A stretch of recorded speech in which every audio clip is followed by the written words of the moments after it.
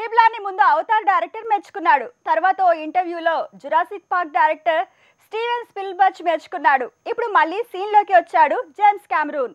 మరోసారి జక్కన్నతో మాట్లాడాలంటున్నాడు. Triple R విడుదల ఏడాదైనా ఇంకా ఈ సినిమా మ్యాజిక్ మాత్రం తగ్గట్లేదు. ట్రిపుల్ ఆర్ మూవీ రిలీజ్ అయి ఏడాదవుతోంది. అయినా ఆ సినిమా ఇంపాక్ట్ ఏమాత్రం తగ్గలేదు.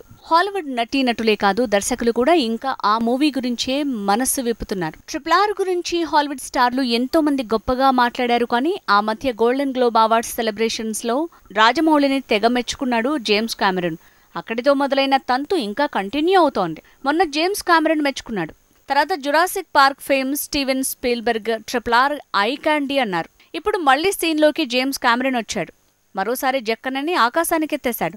ఇలా ఆ ఇద్దరు దర్శకులు ఇంకా ట్రిపుల్ ఆర్ ని పొగడ్తల్లో ముంచెత్తడమే జక్కన్న వరల్డ్ మీడియాలో మరోసారి వెలిగిపోవటానికి కారణమైంది. ఇక జేమ్స్ కెమెరూన్ అప్పట్లో గోల్డెన్ గ్లోబ్ అవార్డు సెలబ్రేషన్ టైంలో రాజమౌళిని మెచ్చుకున్నాడు. మళ్లీ ఇప్పుడు జక్కన్నతో మాట్లాడాలంటున్నాడు.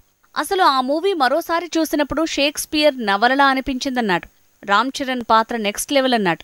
రాజమౌళితో మరోసారి డీటెయిల్డ్ గా మాట్లాడాలనుంది అనేశాడు. ఏదేమైనా వచ్చే నెల 12న ఆస్కార్ సంబరాలు జరగనున్నాయి. అందులో ఒరిజినల్ సాంగ్ కేటగిరీలో ట్రిపుల్ ఆర్ పాటకి అవార్డు కన్ఫర్మ్ అయినట్టే కనిపిస్తోంది. వేదిక మీద కీరవాణి లైవ్ పర్ఫార్మెన్స్ కి కూడా రంగం సిద్ధమవుతోంది. ఈలోగా అటు జేమ్స్ కెమెరూన్, ఇటు స్పిల్బర్గ్ వరుసగా జక్కన్నని పొగడటంతో వరల్డ్ మీడియాలో తన పేరు రిపీటెడ్ గా వినిపిస్తోంది.